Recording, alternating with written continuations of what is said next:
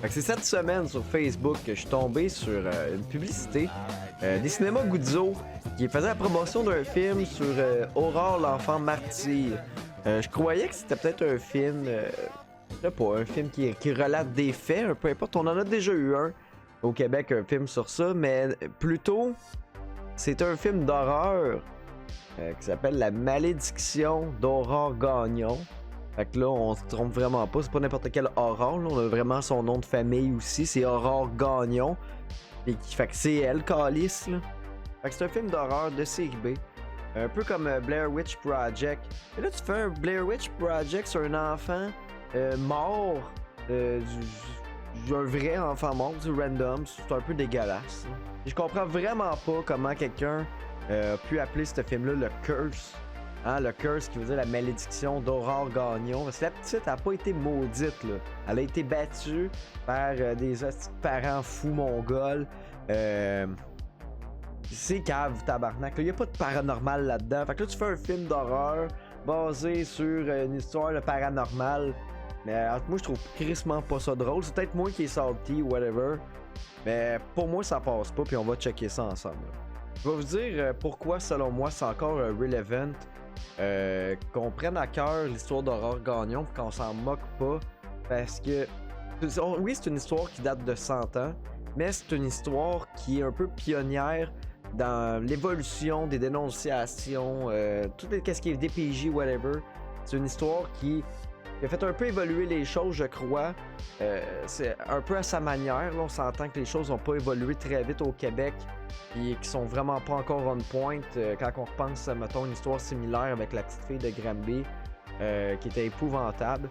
Mais cela étant dit, les plaintes au bureau du procureur général étaient de 0 entre 1910 et 1919. Après les événements d'Aurore, l'enfant martyr, ils ont passé de 42. Sur une période de 10 ans de 1920 à 1929. Fait que tu vois qu'il y a quand même une progression. Là, puis après ça, l'autre décennie, après, c'est rendu à 59. Donc on va regarder le trailer ensemble. On va essayer de décortiquer un peu. Là, vous allez comprendre. I'm Casey Nolan with Mindseed TV, the YouTube channel for all things horror and scary related. Last year, I opened up a very interesting and disturbing dark web mystery box. The reason that I'm revisiting it today is because this doll right here had a USB drive attached to its neck. Here we go. Bonjour, Quebec! Bonjour, Québec! Yeah, well, hug me later. I got the camera. This could be a cool spot to film something. Once we actually have something to film. In 1920, there was this little girl Nice, ok. Aurore, site. Tac. named Es-tu là? Aurore. This is the town where she was Portierville. Regarde. murdered by her parents. Filme la fucking pierre tombale d'Aurore l'enfant martyr. Ils disent, ah, il y a un fantôme de elle. Crise de cave. Aurore, le gars. Cave, là. I think that's the foundation for the script. Je tiens à dire que c'est pas au moins c'est pas la vraie maison. Là, j'ai fait mes recherches. Pas la vraie maison. We would like to do a film about it all. This is the room where Aurore died. Nabbed us a little Suvi. Languages of the Dead, what is that? T'sais, Languages of the Dead. C'est un livre en anglais. Je pense pas qu'une fille de 10 ans en 1910 à Fortierville parlait très bien anglais, by the way. Là. What is that? I'm starting to get the feeling nobody wants us here.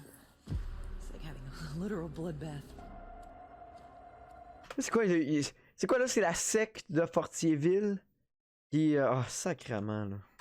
We could try to talk to Aurore using that.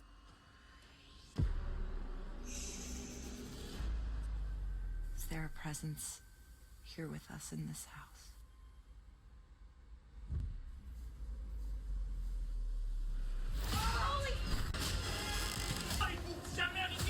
Vous savez rien!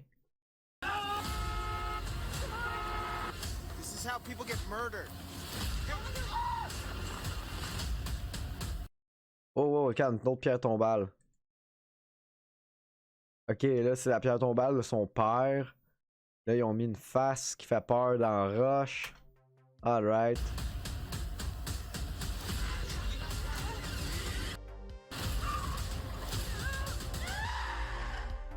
Aaron, get in the house. C'est complètement stupide. Genre, legit, là, je comprends même pas.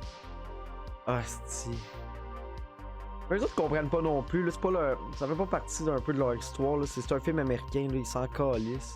Là, je prévois déjà la shot si quelqu'un me dit « Ouais, mais ils ont fait un film sur Amityville, pis tu sais, ça a pogné. » Mais là, la différence entre ça pis Amityville, c'est qu'Amityville, dans le plaidé du meurtrier, il citait le paranormal. Fait qu'il y a déjà une notion de paranormal. Je crois pas au paranormal, mais dans son plaidé de cours, il l'a évoqué. Là, il n'y a aucune notion de fucking paranormal, c'est juste de l'abus parental. Puis eux autres font un film aussi, la secte de Fortierville.